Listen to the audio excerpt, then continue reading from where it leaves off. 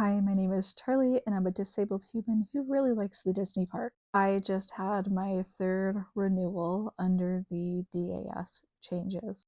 Let's talk about that. We have plans, and I realized they were approaching, and then I started crunching the numbers of when I went and got my pass done last, and it was like, no, it's time. Apparently, I was just right on time because it expires tomorrow. Like I said before this meeting, I have been approved 2 other times under the newer system, and then approved a multitude of times under the old system. I have some sensory and neurodevelopmental disabilities, such as autism, and I'm physically disabled as well with things like arthritis and Ehlers-Danlos syndrome. I travel in a wheelchair, often with my service animal, as a little background if you're unfamiliar with me.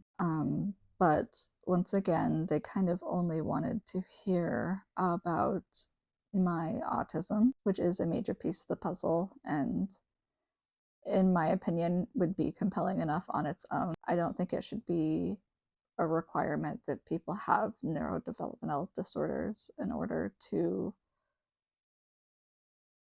get a pass for accessibility. Like, that obviously leaves out a huge chunk of people. I digress. Let's talk about this. The lady was very nice. I explained myself, and I kind of prefaced it by saying that I have difficulty in expression sometimes, and so I often have my spouse here with me, and he aids in my communication efforts. When I'm sitting here talking to you, it's very different. I'm able to stop, I'm able to delete minutes, hours of footage if need be. There's so many videos on my phone, probably, of me just sitting here before I talk again. Very curated, is what I'm trying to say. And as ridiculous as this sounds, maybe to some, I was like, I'm going to log in. I'm going to take care of this. I'm going to do it myself without a mediator. I was feeling very confident. And then as the meeting progressed, the lady was very nice.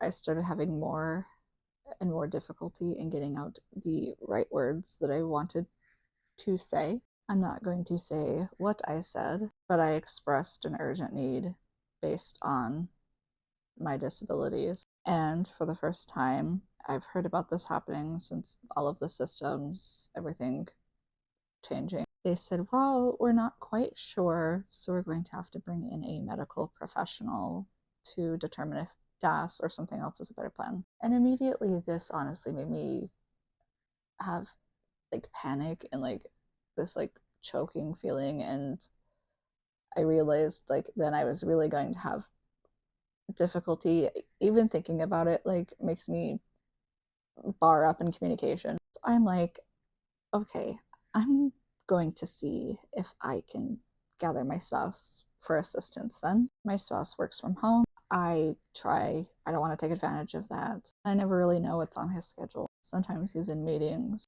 That's his business. And he is home and he might theoretically be accessible, but I don't know. So I checked and he was. And he sat down with me before they brought in the provider and helped bridge the communication gaps by speaking for me, and then I would clarify and go over different points or emphasize a particular need or issue. And I asked before they pushed us into the provider room, what's like the credentials on the medical professionals? And they said they didn't know. And honestly, like, I don't want to look at the doctor in their face and be like, what's your credentials? But like, are they a doctor? Are they a nurse practitioner?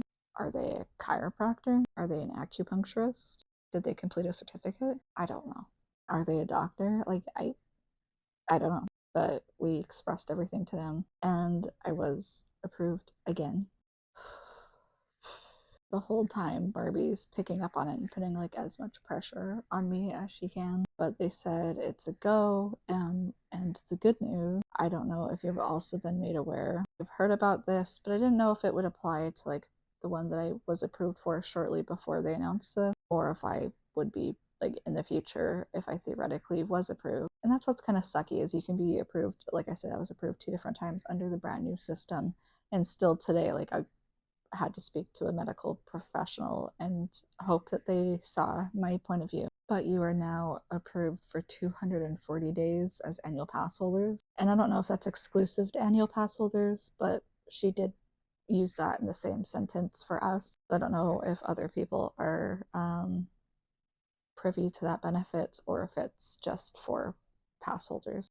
I don't know. But it is a good thing that I'm not going to have to renew until like October, and then I'll have to have the panic attacks again. I can't even like express to you guys enough like how anxiety inducing this is. I literally have nightmares about it. I played out nightmares. It causes me physical anxiety when I know a trip is coming up and I have to renew. We haven't been in several months just because of Barbie's surgery. I don't know if I'm going to take her out to this particular outing either. Stitches came out 2 weeks ago. She's been home now for like 2 months. I've been slowly taking her out again. I never want her to feel like I'm just like throwing her in an environment that she's not going to succeed in. And that's kind of what I feel like I'm doing by not leaving the home or not being able to leave the home and then being able to leave the home on Valentine's Day, which that's a whole other thing that's stressful. Okay. DAS pass, check.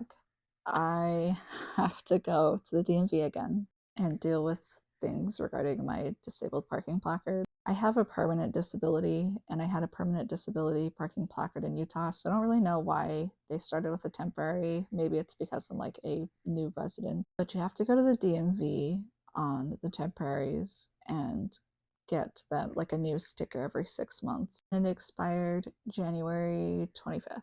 And the only day I can theoretically get it done would be the day that we're going. There's no means or ability to transport until at the earliest next week. So I've been without, which has been fine because I've been home, but it's just something I have to deal with. And then hopefully at the end of this 6 months, we can have a discussion about a permanent placard for my Florida state. Again, a total side tangent issue, but moving to another state when you're disabled, there's just so much to deal with. And it's a rocky road. Like I said, it's not like a 1-to-1 ratio, doesn't like equally you I don't know.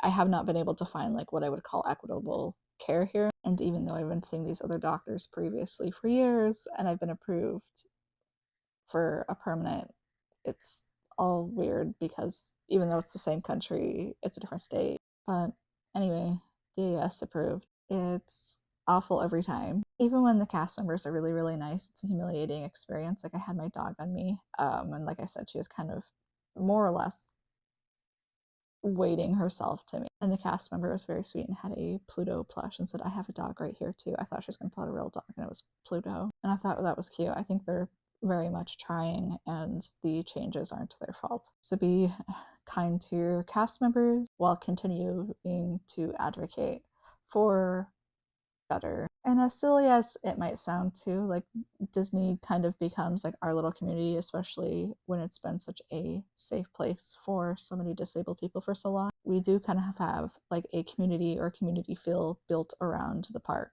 And it's devastating to have all of this change like this. And it's like they're trying to decide. They said when they transferred me over to the doctor to see if I would be approved for DAS or another accommodation. And it's like, what would that accommodation be? I've seen the stories. I was panicking. I've seen people talk like their spouse had to wait alone. And so my spouse would be waiting in like sometimes an hour line. And he's kind of like my main caretaker and helps assist with my service animal. Assists with me getting into like bathroom, but he has to go wait in line, or would it be a return to queue thing when I already have struggles in communication? I would have to print out honestly like a communication card that's like, hey, I'm looking for return to queue options. I'm surprised I haven't seen that in the community.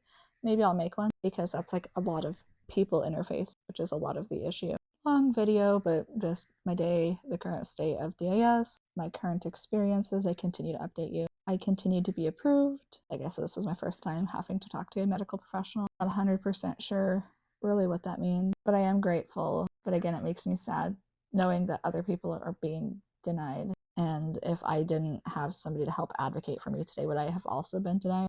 Bums me out, honestly. Just, I don't like it. So I'll talk to you soon.